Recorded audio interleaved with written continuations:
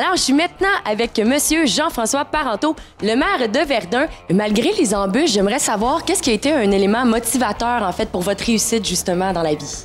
En fait, l'élément motivateur, c'est les personnes significatives qu'on rencontre dans la vie. On venait nous allumer, nous accrocher, tout ça. Puis c'est ce qui est beau d'une société. Puis ça a eu comme impact en vieillissant, en regardant en arrière, en regardant mon milieu de vie. Je suis natif de Verdun, puis j'ai toujours habité.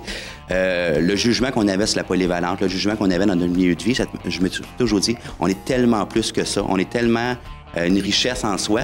Puis je veux avoir ce regard-là sur ma société aussi, comme les professeurs avaient sur moi à l'époque. C'est ce qui m'a motivé aujourd'hui à être maire d'arrondissement parce que j'ai toujours cru à ça, j'ai toujours cru au rêve, puis ça a parti d'ici à la polyvalente. Fait que je rentrais pas tout à fait dans le cadre, mais j'ai eu des gens significatifs qui m'ont aidé à persévérer parce que c'était vraiment pas évident. Mais aujourd'hui, j'ai passé au travail, je suis content, je reviens à l'école, puis c'est plein de beaux souvenirs. En fait, je suis arrivé ce matin, 33 ans plus tard, la journée où j'ai terminé ici à Mont-Saint-Richard avec beaucoup d'émotions. Les années de la polyvalente, ça a été une année où on a appris beaucoup la créativité, à faire des événements extraordinaires, des spectacles de Noël, des défilés de mode, des spectacles d'Halloween, etc.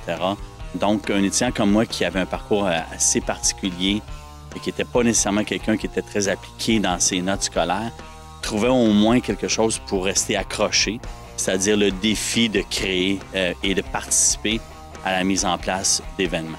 Entre autres, une enseignante, Cécile Leblanc, qui était prof de comptabilité, m'avait dit « Daniel, si tu voulais, tu pourrais réussir bien au-delà de ce que tu peux t'imaginer puis de ce que les autres aussi peuvent s'imaginer. » Presque 20 ans plus tard, j'ai été nommé personnalité de l'année au Gala de la presse.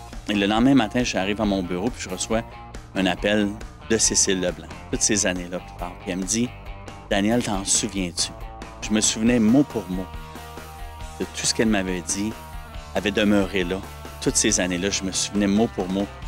J'ai compris jusqu'à quel point le pouvoir des mots, surtout des adultes envers les jeunes, était incroyable. Si tu décides de trouver ta voie à toi, ton rêve à toi, bien, ce chemin-là, il est disponible.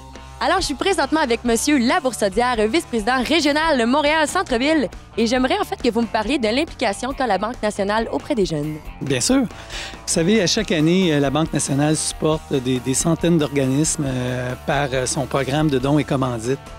Et à travers ce programme, les jeunes occupent une place particulière. Et c'est pourquoi qu'en 2012, on a lancé à la Banque nationale un programme d'envergure qui est présent pour les jeunes.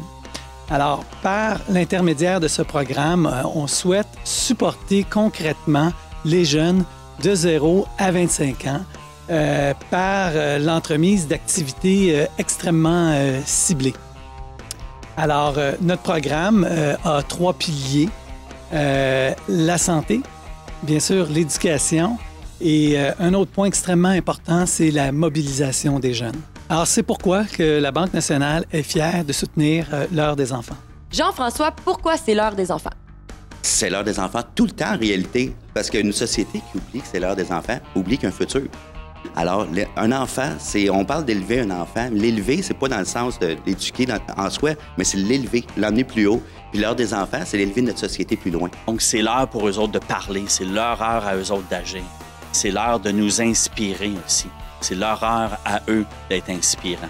Et c'est surtout aussi pour eux autres l'heure de faire la différence et de faire mieux et de faire différemment. C'est l'heure de dire qu'il y a des projets extraordinaires. Pour moi, les enseignants, c'est des héros. C'est des héros, des fois, qu'on malmène pour toutes sortes de mauvaises raisons. Ils donnent leur temps, ils donnent au-delà de leur temps. Donc, c'est l'heure d'honorer ça. C'est l'heure d'honorer des programmes, des projets d'école. C'est l'heure de célébrer pour une fois les choses qui vont bien à l'école et surtout célébrer des parcours qui sont en voie de devenir des vies puis des projets extraordinaires. C'est pour ça que c'est l'heure.